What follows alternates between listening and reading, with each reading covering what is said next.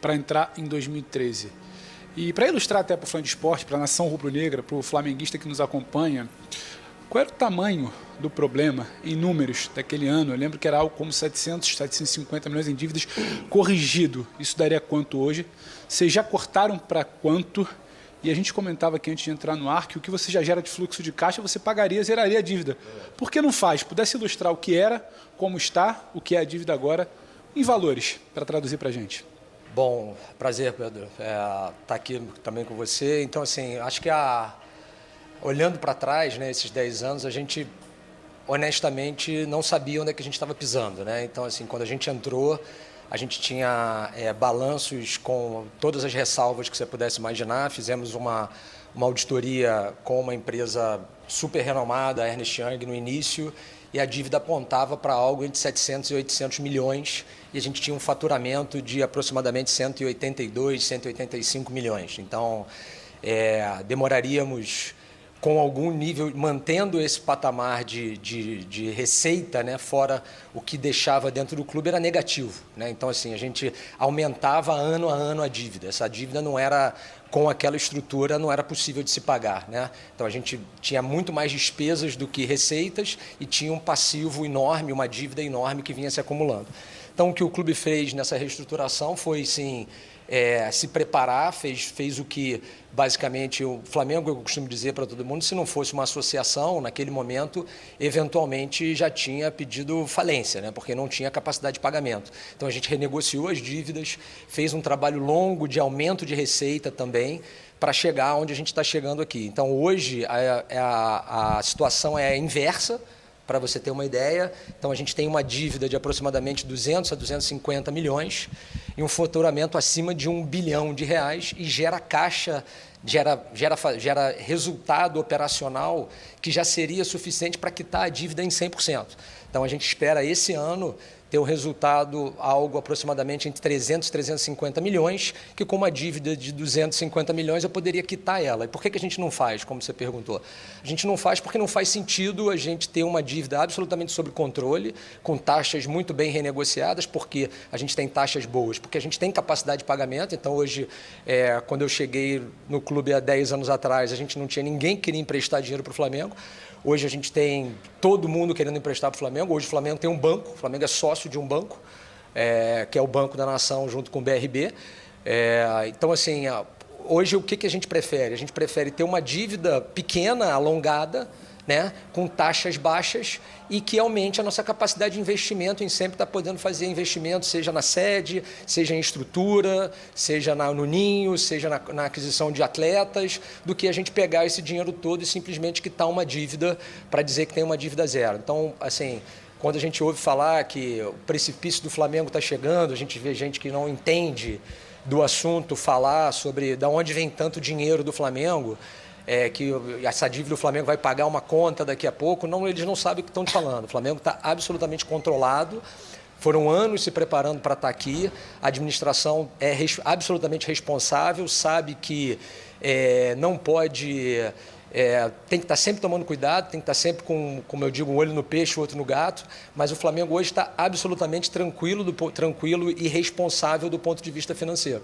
A gente não faz porque não faz sentido pagar uma dívida e colocar os investimentos em risco. Só mais uma pergunta da minha parte, antes de eu jogar para o Xará, Pedro Henrique Torre de volta. Quando a gente fala de dinheiro, o Flamengo muito tranquilo, poderia zerar a dívida. Olhando para frente, então, falando de grandes investimentos. A gente fala muito dia a dia sobre reforço, a pauta hoje é estádio. O Flamengo hoje então teria capacidade de investir em um estádio, quanto eu lembro que há aproximadamente um ano você falava que não era exatamente uma prioridade. Hoje é uma prioridade, é apenas um estudo. Qual é a realidade do noticiário envolvendo possível novo estádio do Flamengo, se é que existe, se é só estudo, se é um projeto concreto e se teria capacidade para resolver isso agora? Bom, possível, absolutamente, lógico que é possível, né? Tem uma série de variáveis que precisam ser analisadas, né? Como o presidente fala, não faz sentido nenhum a gente construir um estádio para endividar o clube. Então, isso a gente não vai fazer. Então, a gente está buscando caminhos e alternativas para que, eventualmente, aconteça a criação e venha dinheiro novo para a gente poder fazer esse investimento e esse investimento não virar dívida. Então, hoje nós estamos numa fase de estudo, sim, está sendo capitaneada pelo presidente. avaliação do terreno, avaliação de oportunidades. O Flamengo estuda tudo, né? Hoje, assim, eu acho que a gente chegou nesse patamar de receita por entender que a gente é muito mais do que somente tem receita vindo do futebol, receita vindo de marketing. Então a gente pensa muito à frente do que em geração de receita. Tudo está sendo estudado, várias alternativas estão sendo vistas e isso é uma realidade, sim. Hoje o Flamengo não abre mão de estudar a possibilidade de ter um estádio novo, mas logicamente a gente coloca em prós e contras para avaliar com outras opções, que efetivamente o Maracanã, lógico. Agora, Rodrigo, até a gente falava também antes, muito se diz que o futebol brasileiro ele vive de ciclos. Houve o ciclo do São Paulo, houve um ciclo determinado do Inter, agora é o ciclo de Palmeiras e Flamengo. Mas está durando bastante esse ciclo de Palmeiras e Flamengo. Na tua opinião, a tua visão até, enfim, você entende obviamente de Flamengo, mas uma visão geral assim, esse ciclo é duradouro mesmo? Você acredita que não há muito espaço no momento para mudança? São clubes que se prepararam de maneira tamanha, assim, disparidade em relação aos outros, que tende a ficar essa polarização, muita gente diz assim, em relação aos outros? Hegemonia? Bom, acho que eu começaria dizendo pelo lado da atenção. A gente não se acomoda. No Flamengo a gente nunca está achando que chegou nesse nível e a partir de agora a gente não tem mais nada para fazer, né? Existe um trabalho aqui de quase um conceito, uma mentalidade dentro do clube que a gente conseguiu estabelecer de que a gente não relaxa em nenhum momento do ponto de vista financeiro, do ponto de vista de resultado, a gente nunca está satisfeito. Então isso é um primeiro ponto.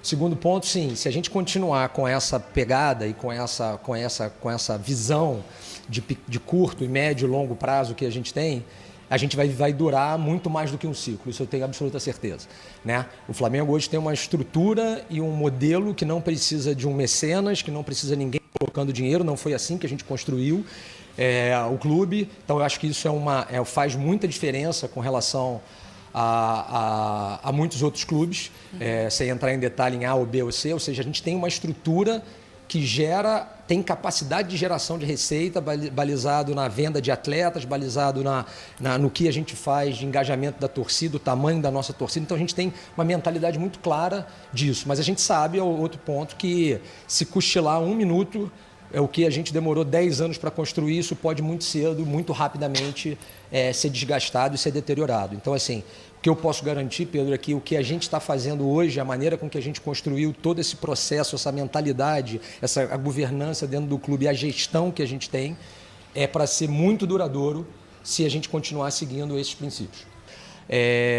Então, assim, eu acho que isso, pegando essa deixa, eu acho que o Flamengo tem tudo para os próximos anos, continuando dentro dessa pegada, a torcida ter sempre a oportunidade de viajar e ver e vivenciar essa experiência de uma final única que eu particularmente acho super valiosa, entendeu? Para o ponto de vista de engajamento da marca, para você...